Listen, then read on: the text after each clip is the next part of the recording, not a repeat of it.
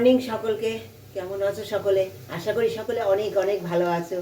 আমরাও তোমাদের ভালোবাসা আশীর্বাদে ভালো আছি। দেখো এই যে শুকনো কড়াই, আর তার মধ্যে সামান্য জল আছে, সামান্য লবণ দিয়ে দিচ্ছি আমি। হ্যাঁ, আর দিয়ে দেবো একটু সামান্য হলুদ, একদম অল্প একটু হলুদ দিয়ে দেবো। এই হলুদ দিয়ে, হলুদ বেশি ইউজ করা যাবে না, যেন এমন একটা রেসিপি হতে চলেছে যাতে বেশি হলুদ ভালো লাগে না, তাই অল্প হলুদ দিয়ে। এটা আমি সজনে ফুল নিয়েছি, সজনে ফুলের দারুণ একটা রেসিপি হতে চলেছে। তোমরা আমার সঙ্গে থেকো, একদম স্কিপ করে দেখো না। সকল বন্ধুকে আমি অনেক অনেক অনুরোধ করছি। দেখো অনেক রকমভাবে তো সকলে খাও। এই সজনে ফুল সুন্দর ধুয়ে বেছে নিয়েছি আমি, আর এইটা এবার দিয়ে দেবো এই কড়াইয়ের মধ্যে। একটু সিদ্ধ করে নেবো আমি। হ্যাঁ, নুন দিয়ে হলুদ দিয়ে একটু সিদ্ধ করে নেবো, একদম ফুল সিদ্ধ করে নেবো। ফুল মানে একদম 80%, মানে পুরো ফুল সিদ্ধ হওয়ার দরকার। এটা সিদ্ধ হলেই ভালো হবে। পুরো একদম একটু ভাজা ভাজা সিদ্ধ সিদ্ধও হবে, এদিকে একটু ভাজা ভাজাও হবে, এরকমভাবে করে নিতে হবে। দেখো বন্ধুরা, আমি এটা সুন্দর নুন হলুদ সব এরকমভাবে নাড়িয়ে ছাড়িয়ে নিলাম, দিয়ে দেখো সব লেগে গেছে আর নরমও হয়ে গেছে।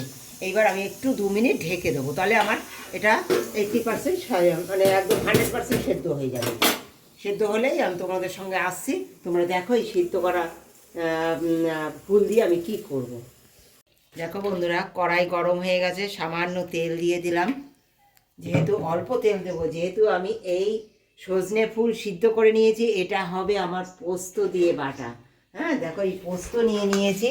এই পোস্ত আর কালো জিরেটা সুন্দর বেটে নেবো আমি। এই পোস্তটা আগে বেটে নেবো। তোমরা আমার সঙ্গে থাকো, আশা করি তোমাদের খুব ভালো লাগবে। তোমরা তো অনেক রকমভাবে খাও, কিন্তু পোস্ত দিয়ে এইভাবে একবার ফুল বাটা খেয়ে দেখো, খুব সুস্বাদু হয়। কড়াই গরম হয়ে গেছে, কড়াইতে দিয়ে দেবো আমি পেঁয়াজ। এই গোটা শুকনো লঙ্কা দিয়ে দেবো, আর পেঁয়াজ দিয়ে দেবো।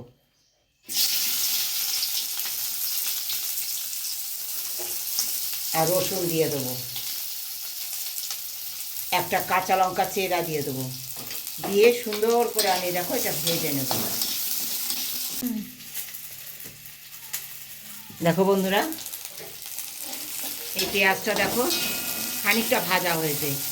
এই অবস্থায় এই যে পোস্তটা বেটেছি না, এই পোস্ত বাটাটা দিয়ে দেবো। এই যে পোস্ত আর কালো জিরে বেটেছি, এইটা হাফ, পুরো মিহি করবে না বাটাটা, না পুরো মিহি করবে না, এই যে একটু একটু দানা দানা থাকবে। হ্যাঁ, বেটেছি আবার দানা দানা থাকবে, এই অবস্থায় এটা এর মধ্যে দিয়ে দেবো আমি। এবার আমি ফুলটা বেটে নেবো এর মধ্যে। দেখো বন্ধুরা, ফুলটাও সুন্দর বেটে নিয়েছি আমি। হ্যাঁ, এই যে দেখো পোস্তটা আগে কেন দিলাম বলো তো? এই পোস্তর সঙ্গে পেঁয়াজটা একটু ভাজা ভাজা হয়ে যাবে, তাহলে খেতে দারুণ সুস্বাদু হবে। হ্যাঁ, এই যে কাঁচার যে পোস্তর গন্ধটা, ওইটা চলে যাওয়ার জন্য আমি পোস্তটা হাফ বেটে এই পেঁয়াজের সঙ্গে একটু ভেজে নিলাম, হালকা করে ভেজে নিলাম। এতে স্বাদটা দ্বিগুণ বেড়ে যাবে।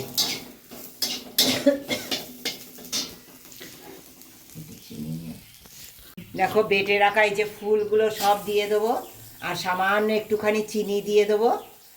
এই যে গ্রেট করা সেদ্ধ আলু, সমস্ত কিছু দিয়ে সুন্দর করে মাখিয়ে নেবো আমি।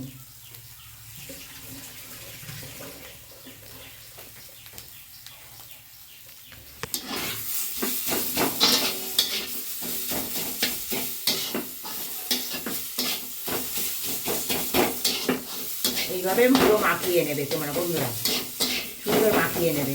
এটা খেতে যে কী সুস্বাদু হয় তোমরা ভাবলেও পারছো না। আর লবণ তো তোমরা দেখেছো, সিদ্ধ করার সময় লবণ হলুদ সব দিয়ে দিয়েছি পরিমাণ মতো, তাই এখন আর আমার লবণ হলুদের প্রয়োজন নেই। তোমাদের যদি প্রয়োজন হয় তোমরা দিও, অবশ্যই দিও। আর ঝালটাও তোমাদের ইচ্ছে মতো দিও। আমরা তো ঝাল কম খাই, তাই ঝাল কম দিয়েছি।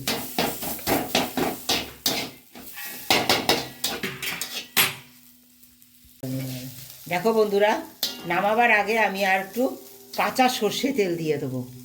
হ্যাঁ, পোস্ত মানে কাঁচা সর্ষে তেল। তোমরা একবার এইভাবে করে খেয়ে দেখো, আশা করি তোমাদের খুব ভালো লাগবে।